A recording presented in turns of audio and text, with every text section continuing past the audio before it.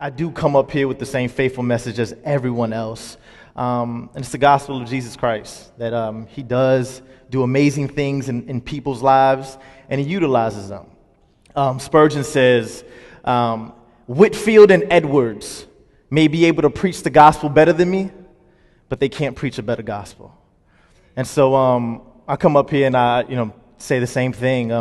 I may not be articulating in the way that you're accustomed to, but I promise it is God glorifying. And so because of that, because I'm an artist, I think that it's fitting for me to start off with something like this.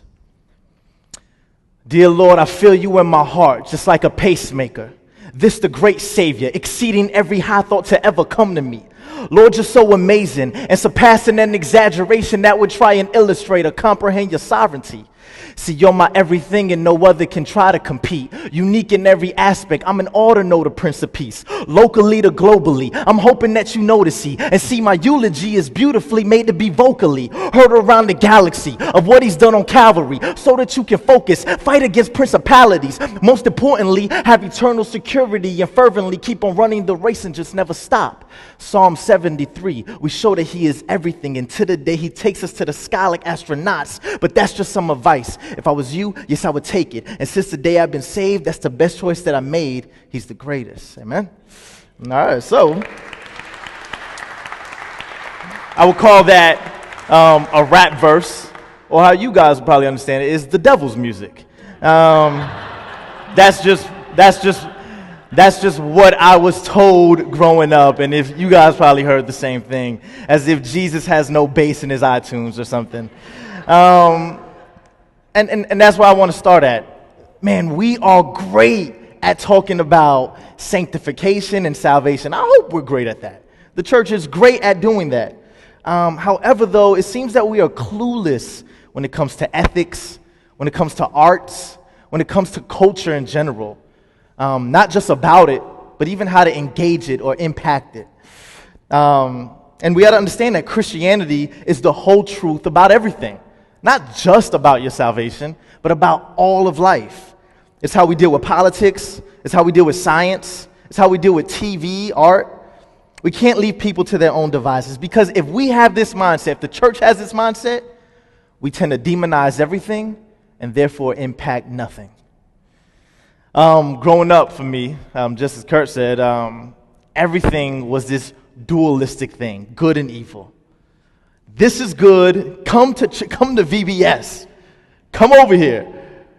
I don't necessarily know if you should go to band camp. Sally's over there, and Sally doesn't believe in Jesus. Who's ever seen The Lion King? Have you ever seen The Lion King? Yep, classic. There's this scene in The Lion King where Simba just finished doing something he wasn't supposed to do, and Mufasa's talking to him. And they're on top of this hill, and Mufasa's letting them know, hey, when you're king, understand that all of this is yours. Everything that the light touches is yours. And Simba says, what about that shadowy place over there? And he says, no, you may never go over there. And that's kind of how we treat the world. Hey, look, the church is good. Come to church on Sundays. But don't go over here, don't go over there. We segregate. We do this sacred and secular divide, and it ruins things. And I think we do it most, at least in my experience, with music. But if we have this mindset, then what Abraham Kuyper says cannot be true. And he says this: there is not 1 square inch in the whole domain of universe over which Christ does not look at and says, this is mine. Growing up, like I said, I had this mindset that God was over here, and Satan was over here, and there was this big battle. And it was on the showdown, and we had front row seats to see it. Whoever wins, that's gonna help us out in the future. But it's not like that. It's definitely not like that in the scriptures. But we kind of have this. We have this dialect of dualism. God is here, and Satan is here. And why is that? Because, guys, you forget, Satan was the minister of music. Today on the keys, we have Lucifer. And the reason, and think about it. So when we talk about music, at least for me, there wasn't one other genre that was as devilish than rap music. I mean, this is what Satan's using to take, maybe rock and roll, probably. I mean, that's probably a close second. But man, rap music, trust me, this is Satan's biggest tool. And for me, that's what I grew up in that culture. It taught me how to dress. It taught me how to talk. The session earlier about fatherhood, man, that was so true. I mean, where I'm from, in the urban community, husbands aren't just absent. I mean, it's fathers, to the point where it's hard for me sometimes to remember when Father's Day is. We never celebrated it. It just never, it never occurred in our mind. It was only Mother's, it was Mother's Day, and that was it. There was no, bring your son to work day for us. We weren't outside playing catch. This was absent. So where did we go ahead and find our fathers from? Music videos. The rap CDs. People who were discipling me from afar were Jay-Z and Tupac, these rappers who they carry this masculine persona because I thought in my head what a man was: multiple women, all the money in the world, maybe, kind of big. I thought Arnold Schwarzenegger was a man. I mean, he is a man, but, I thought that was manhood, biblical man. I hope he's a man. Manhood. This is where I was getting my mindset from. But like I said, hip hop is definitely a culture. It was teaching me things, and in our community, it was very, very popular. So for me, what happened? We grew up in, like he said, I was from Queens, but we moved to Tampa, Florida. And my mother, single mother, she went $200 in her pockets and we moved to Tampa. She just wanted to get away from New York. So we moved to Tampa, Florida, 4 kids in total that she has. And we were in the projects, we were in this urban community, and one day I just remember some missionaries coming over. And some missionaries came over and they were, at the time, they were speaking to my mother about Jesus. I didn't know this. I was too young to understand at the time. It's probably like 11 or 12. And I just remember, I remember my mother crying. And then all of a sudden, ever since that day, she was dragging us to church. Every single Sunday, every Bible study, and we were walking. My mother didn't have a car. She was working at KFC. She had 2 different jobs at these part-time fast food restaurant jobs, try to make ends meet. So for me, I was seeing something, and something clicked. I was like, man, you know what? I don't necessarily know what's going on, but something happened to my mother that she is wanting to go ahead and be with other Christians. She's reading her Bible now. She's standing up when she's singing at church. Before, we were just kind of just looking through the bulletin, and she's slapping us for falling asleep and stuff. But now, like, she's engaged. And so through that, I believe that the Lord was working in me. And so I became a Christian. I heard the gospel, and I became attracted to the things in Christianity. So I was always in church. I was there, every Sunday, every Wednesday. But here goes the issue, though. The denomination I was in, I'm not going to say which denomination it was, but they were against hip-hop or anything that looked like it came from there. And for me, I had just got, and the picture doesn't help me either for trying to say, thank you for whoever chose that one.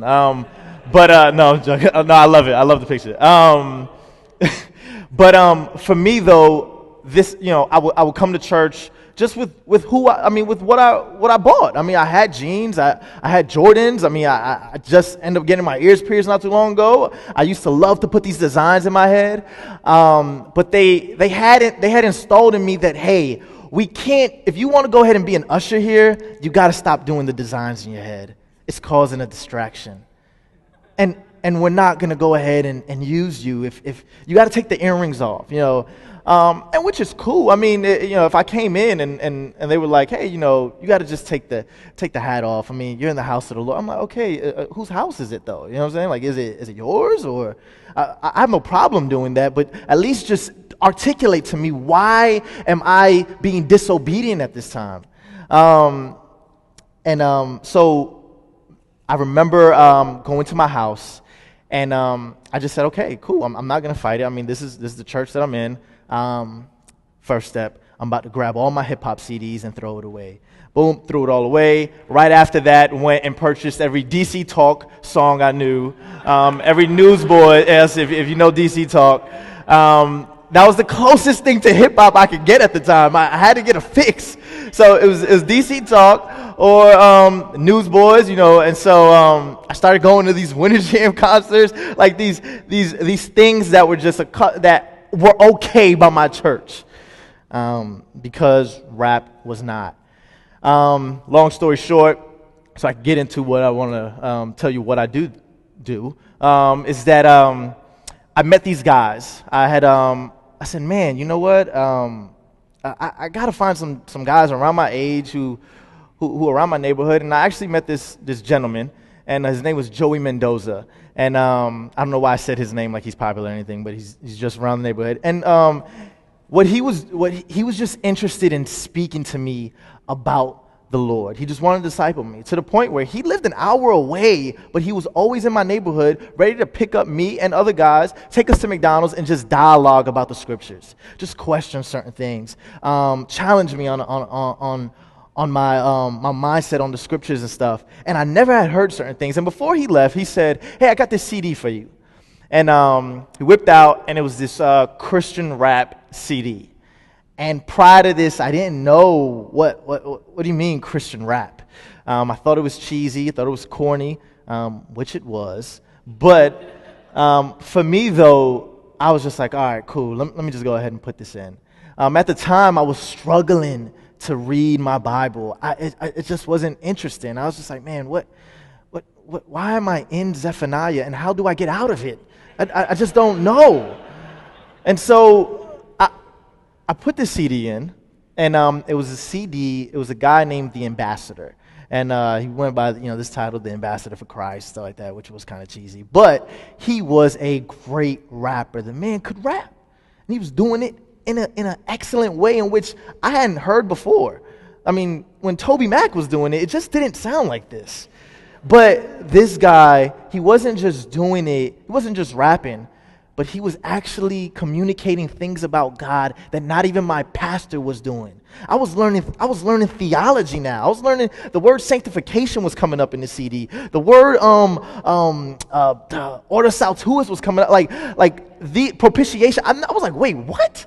And so I was studying these things now. It was causing me to go to the scriptures. What verse did he just say? Romans 5. Okay, boom. And now I start having this agenda, this repetition of me getting to the word because of rap being utilized. And so the biggest argument when I came back to my pastor and the elders were, listen, the origin of rap is evil. This is why you cannot listen to it.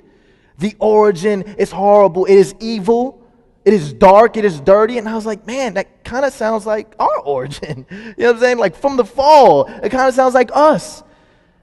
And so obviously, that's a contradiction just with life. I mean, how many things do we partake in that its origins are just horrible? Soccer, right? Soccer started because people were cutting the heads off of their enemies and kicking it around the Colosseum, and they were doing it unto pagan deities. Now look at it. So I'm a firm believer that God is not just interested, primarily he is, but not solely interested in redeeming people, but also redeeming cultures. So what does he do? He takes the God of the hip-hop culture with the baggy jeans, with the big shirt, with the tattoos, with the earrings, changes his heart, puts him back in, and now he wants him to impact that culture. So my name is Loso, and now I get the opportunity to travel across the country. I've been in China, I've been in South America at Colombia, and I'm able to go ahead and use this art form. Now, this is what I'm not saying. I'm not saying that if you are a Christian, you are, or for myself, I don't even know if I even would want to go ahead and utilize the title Christian rapper. For the first part, because I think it's sometimes, not all the time, I think it's sometimes pushes away certain people who may not necessarily listen to this music because of the term Christian. However, though, I do utilize it because, I mean, it's a marketability tool. Like, I mean, people are looking for someone who is talking about a certain subject. Hey, here it goes. However, though, for me as an artist, I think it kind of boxes me in. So I want to go ahead and communicate this. I'm a hip-hop artist. I'm a rapper.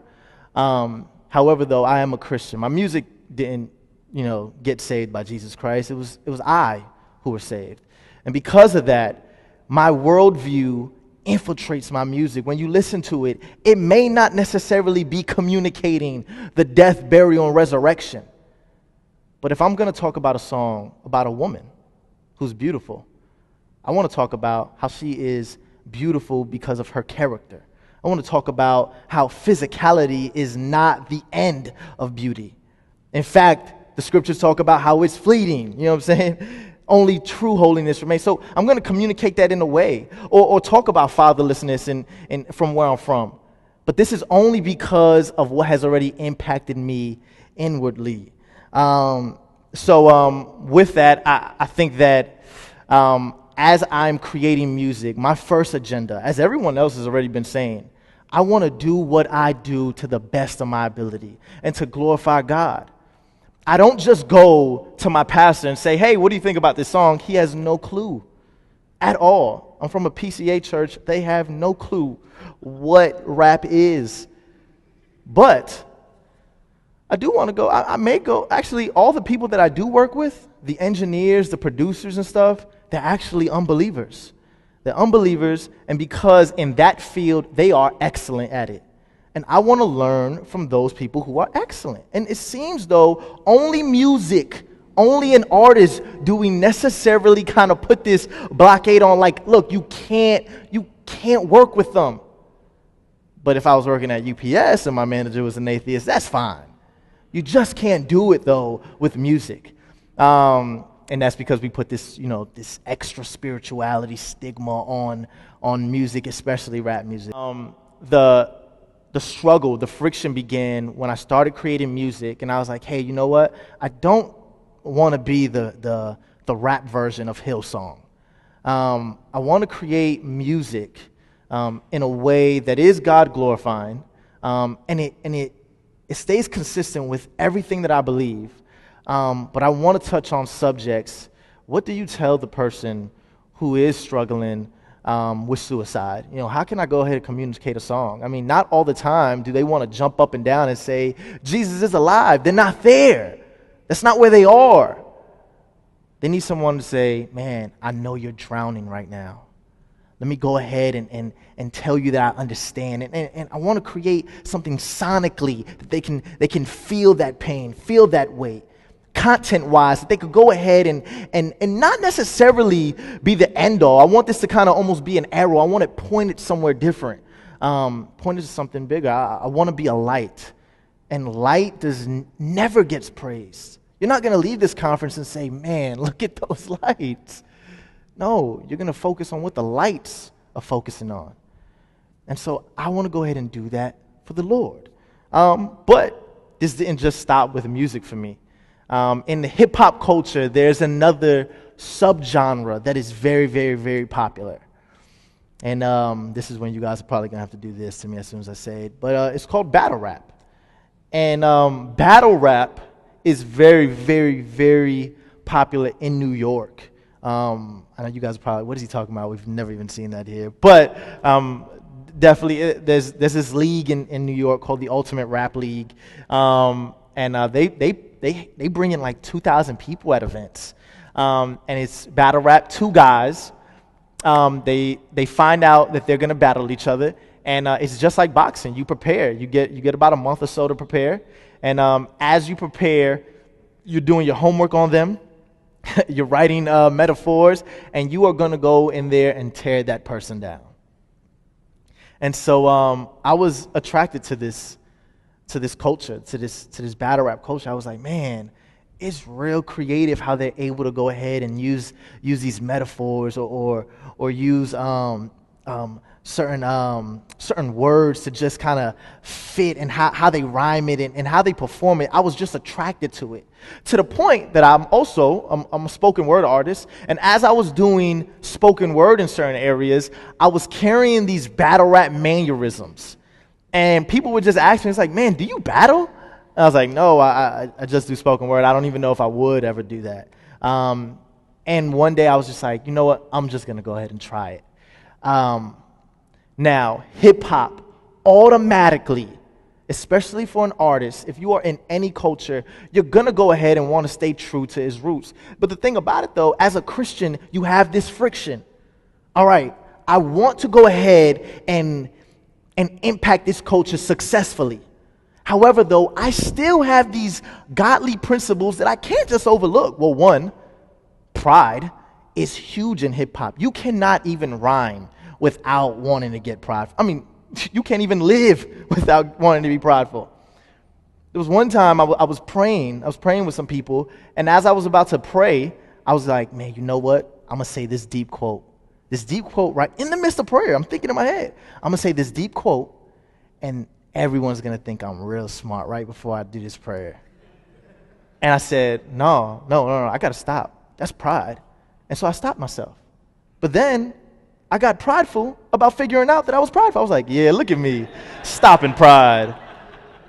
Oh, you thought you got me, pride, but that's how deceitful sin is. And so, but with hip hop, man, it's just ingrained in it. Respect and reverence to a Lord is foreign to them. They are God. What's very, very, very potent in this battle rap culture is this, I don't know if you guys ran into it, it's this new religion, it's the 5%ers. So it's the Nation of God, I think it's called the Nation of God in Islam, something like that, but it's called the 5%ers, and it's basically the black man is God.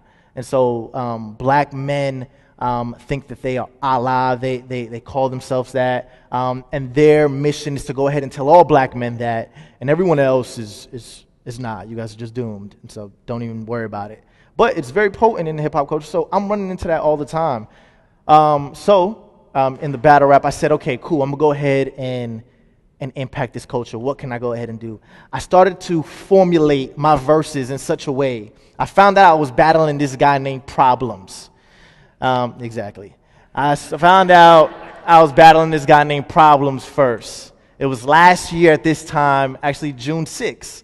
Last year, I battled him, my first battle ever.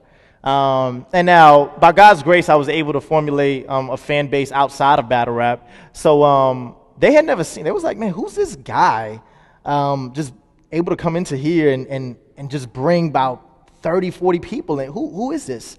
So I came and I was battling this guy named Problems. And my mission, I said, okay, what is permissible? What is permissible and also beneficial as I approach this dude? And the struggle with me was obviously, man, okay, well, with words, I got to be careful with what I say.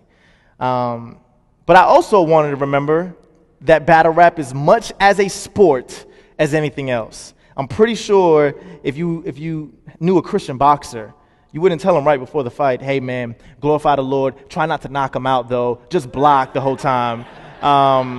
Because if you hit him, that might ruin your testimony, bro.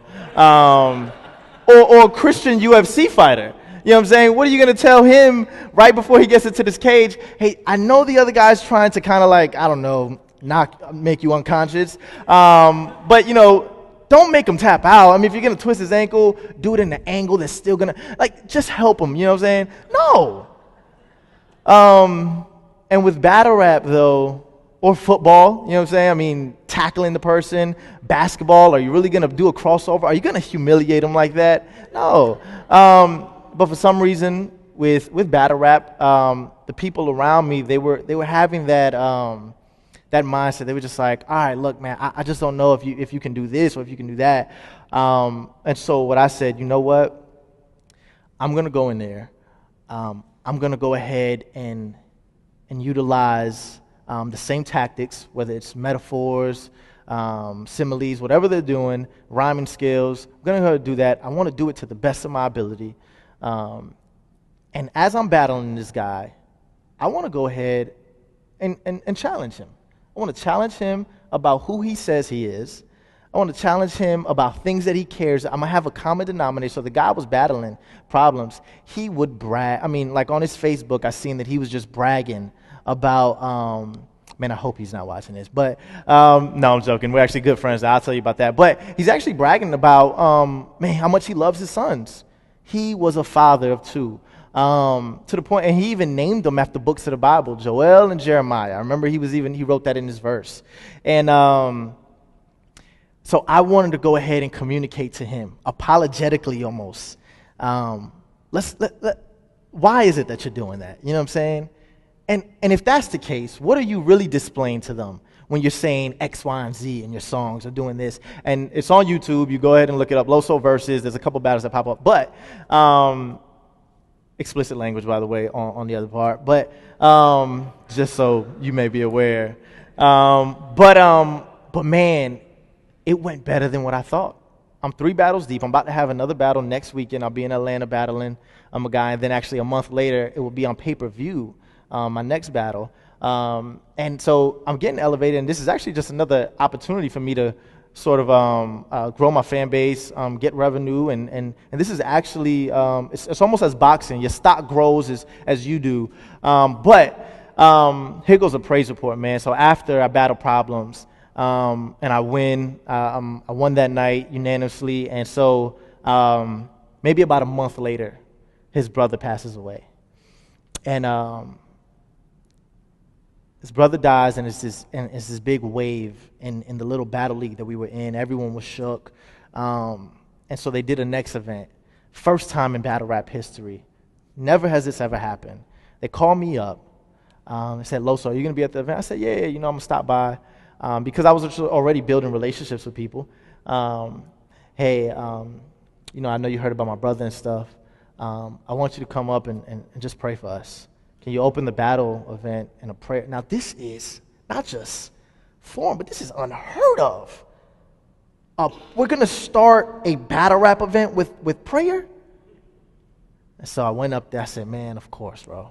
Went up there, and obviously in the prayer, I'm just talking about Jesus, man, and God, will you do something? And I have a friendship now with problems. I have a friendship with actually every opponent that I've battled. Some come to church. Some call me on a regular. Even opponents who I have not battled. They have been at the events. They've seen my stuff on YouTube. They call me up, and they're even talking like, man, I would love to just sit down and talk. Or how do you do that, man? I feel like I can't even get there. Well, here it goes, guys. As an artist, they are not necessarily, the scriptures are clear that everyone understands that there is a God. It is a fool whoever says that there is not a God. There's this common denominator, man, of death, life, love, that only the Christian worldview can account for. Anything else, everybody else can talk about it, but only the Christian worldview can account for it. And in my music, as an artist, I don't just get the opportunity, but I do believe I have a responsibility to go ahead and communicate truths as that, so that people can go ahead and get tugged. Man, these dudes, they're calling me up. They're like, I'm going through X, Y, and Z. Can we go ahead and pray? And because they know there's something different. And it's not because I'm going on stage. I have yet to go on stage and say, repent, for the kingdom of God is at hand. Yet to done that. And that will probably never happen. But I am challenging them with certain things in my lyrics. I do want to bring out certain things to the light.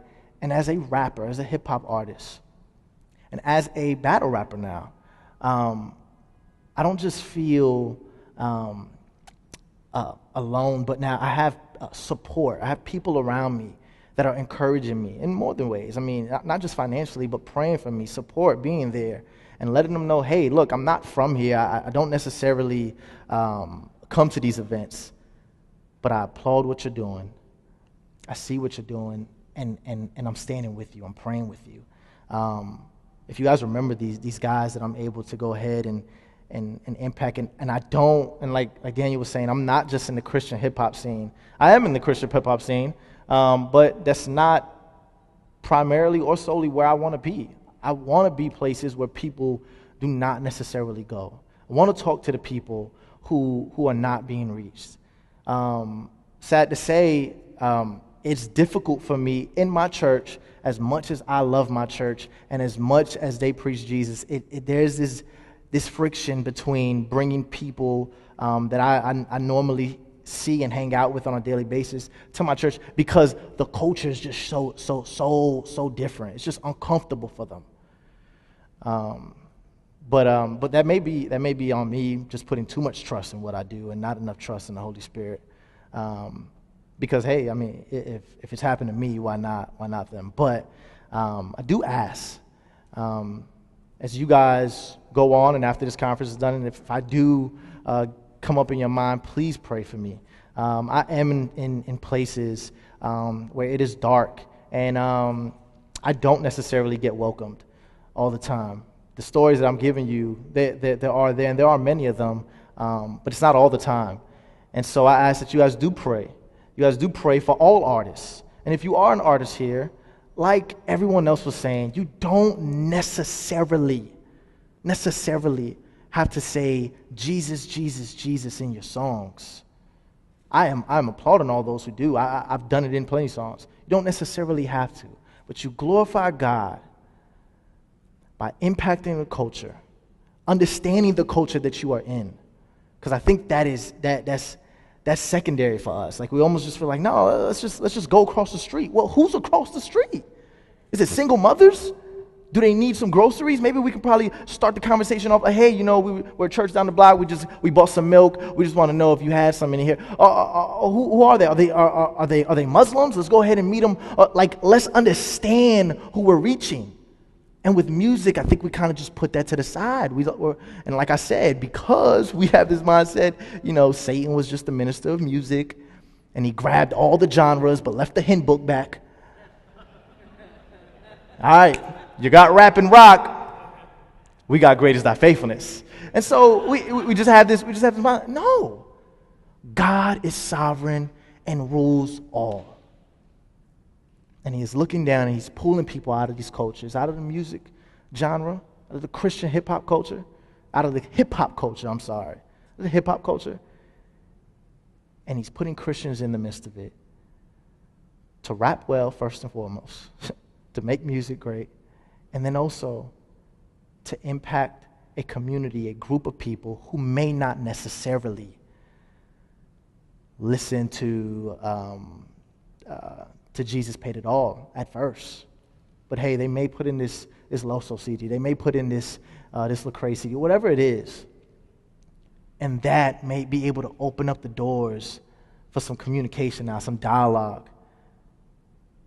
We need to impact these cultures the same way the Lord has impacted us, graciously, understanding that they are people. It's not a us versus them type of mentality.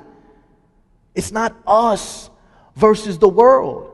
We are all in need of grace. The only thing separating me and Hitler is Jesus. That is it.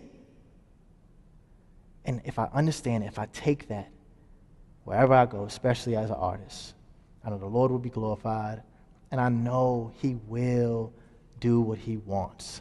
And if he wants to save those people, he will. So thank you so much for your time. Let's have it up.